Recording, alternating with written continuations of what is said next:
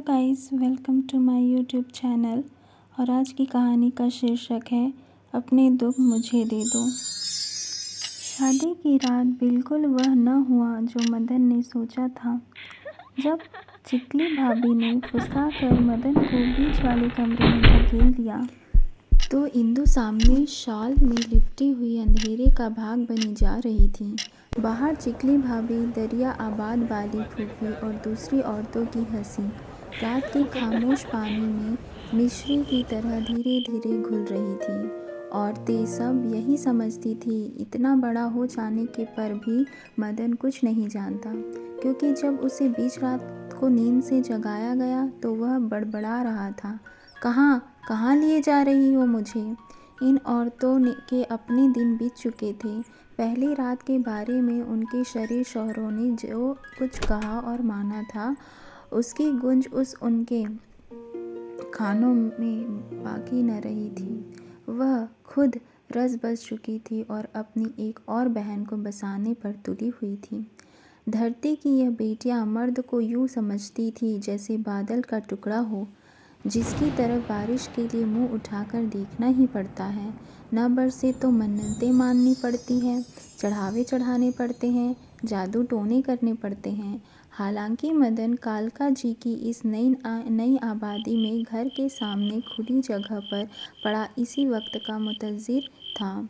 फिर शामते आमाल पड़ोसी सिबते की भैंस उसकी खाट की ही के पास बंधी जो थी, बार बार फुंकारती होती, मदन को सूंघ लेती और वह हाथ उठा कर उसे दूर रखने की कोशिश करता। ऐसे में भला नींद का सवाल ही कहाँ था। समंदर की लहरों और औरतों के खून को रास्ता बताने वाला चांद एक खिड़की के रास्ते अंदर चला आया था और देख रहा था, दरवाजे के उस तरफ खड़ा मदन अगला कदम कहाँ रखता है। मदन के अपने अंदर एक घन गरज सी हो रही थी और उसे अपना आपा यूं मालूम हो रहा था जैसे बिजली का खंभा है, जिससे कान लगाने से उसे अंदर की सनसनाहट सुनाई दे जाएगी। कुछ देर यूं ही खड़े रहने के बाद उसने आगे बढ़कर पलंग को खींचकर चांदनी में कर दिया, ताकि दुल्हन का चेहरा तो देख सके। फिर वह ठिठक गया। जब ही उसने सोचा, इंदु मेरी बीवी है, कोई पराई औरत तो नहीं जिसे न छूने का सबक बचपन से ही पढ़ता आया हूँ। शॉल में लिपटी हुई दुल्हन को देखते हुए उसने फर्ज कर लिया, यहाँ इंदु का मुंह होगा, और जब हाथ बढ़ाकर उसके पास खड़ी ठहरी एक गठरी को छुआ तो वहीं बिंदु का मुंह था। मदन ने सोचा था वह आसानी से मुझे अपना आपा न देखने देगी, लेकिन इंदु ने ऐसा कुछ न किया।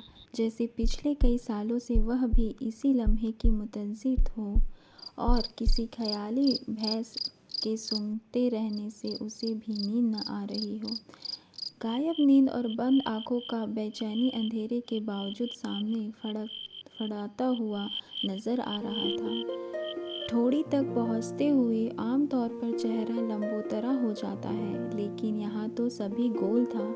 शायद इसीलिए चांदनी की तरफ गाल और होठों के बीच एक साएदार खोह सी बनी हुई थी, जैसी दो सरजब्ज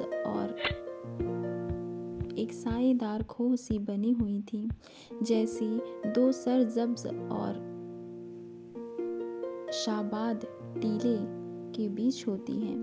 माथा कुछ तंग था, लेकिन उस पर से एकाएक उठने वाले घुंघराले बाल। जब भी इंदु ने अपना चेहरा छुड़ा लिया, जैसे वह देखने की इजाज़त तो देती हो, लेकिन इतनी देर के लिए नहीं। आखिर शर्म की भी तो कोई हद होती है। मदन ने ज़रा सख्त हाथों से यूं ही सी हूँ हाँ करते हुए दुल्हन का चेहरा फिर से उठा लिया और शराबी किसी आवाज़ में कहा, इंदु। इंदु कुछ डर सी गई। जिंदगी में पहली बार किसी अजनबी ने उसका नाम इस अंदाज से पुकारा था, और वह अजनबी किसी खुदाई हक से रात के अंधेरे में आहिस्ता आहिस्ता उस अकेली बेयारो मददगार औरत का अपना होता जा रहा था। इंदु ने पहली बार एक नज़र ऊपर देखते हुए फिर आंखें बंद कर ली और इतना सा कहा, जी। खुद अपनी आवाज़ किसी पाताल से आती हुई सुनाई दी। देर तक कुछ ऐसा ही होता रहा और फिर हौले-हौले बात चल निकली। अब जो चली सो चली, वह थमने में ही न आती थी। इंदु के पिता, इंदु की माँ, इंदु के भाई, मदन के भाई-बहन, बाप, उसकी रेलवे मिल सर्विस की नौकरी, उनके मिजाज, कपड़ों की पसंद, खाने की आदत, सभी कुछ का जायजा लिया जा रहा था। लेकिन इंदु तरह दे जाती थी।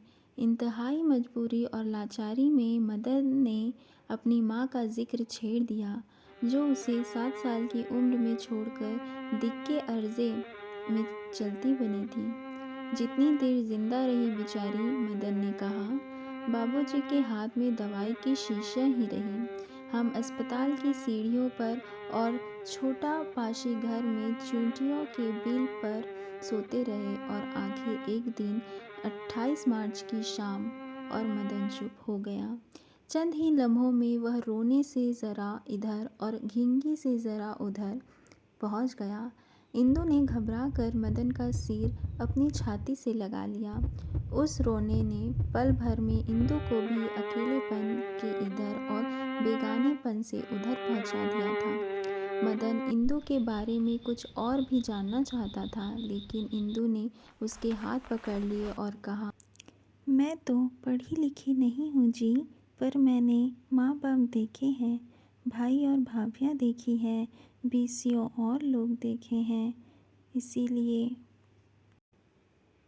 इसीलिए मैं कुछ और समझती बूझती हूँ।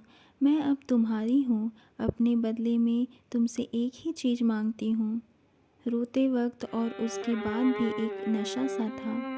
मदन ने कुछ बेसब्री और दरियादिली के मिले जुले शब्दों में कहा, हाँ, क्या मांगती हो? तुम जो भी कहोगी मैं दूंगा। पक्की बात? इंदु बोली। मदन ने कुछ उतावले होकर कहा, हाँ हाँ, कहा ना, पक्की बात। लेकिन इस बीच में मदन के मन में एक असमंजस आया। मेरा कारोबार पहले ही मंदा है, अगर इंदु कोई चीज़ ऐसी मांग ले जो मेरी पहुंच ही से बाहर हो, तो फिर मैं क्या करूंगा? लेकिन इंदु ने मदन के सख्त और फैले हुए हाथों को अपने मुलायम हाथों से समेटते हुए और उन पर अपना गाल फेरते हुए कहा, तुम अपने दुख मुझे दे दो।